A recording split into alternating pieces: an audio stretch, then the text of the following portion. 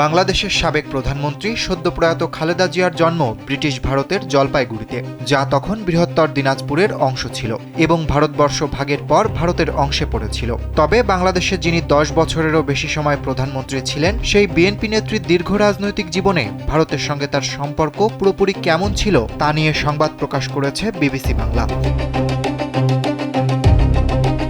প্রতিবেদনে বলা হয়েছে, রাষ্ট্র গঠনের প্রক্রিয়ায় খালেদা জিয়া ছিলেন বাংলাদেশের অন্যতম প্রভাবশালী চরিত্র।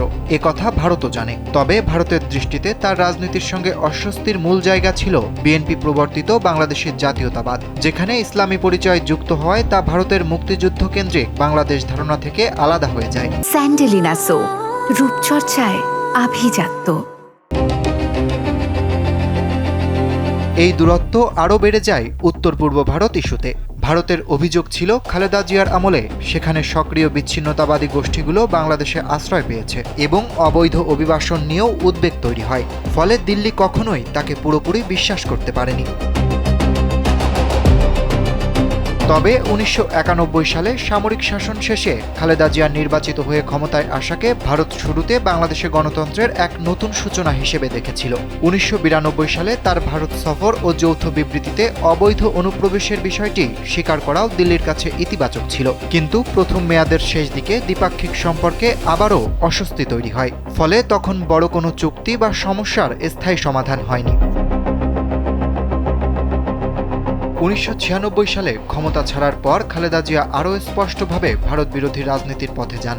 2001 সালে 4 দলীয় জোট সরকারের নেতৃত্ব দেওয়ায় ভারতের অবিশ্বাস চরমে পৌঁছায়। ভারত মনে করে এই সময়টাই ঢাকা দিল্লি সম্পর্কের সবচেয়ে খারাপ অধ্যায়।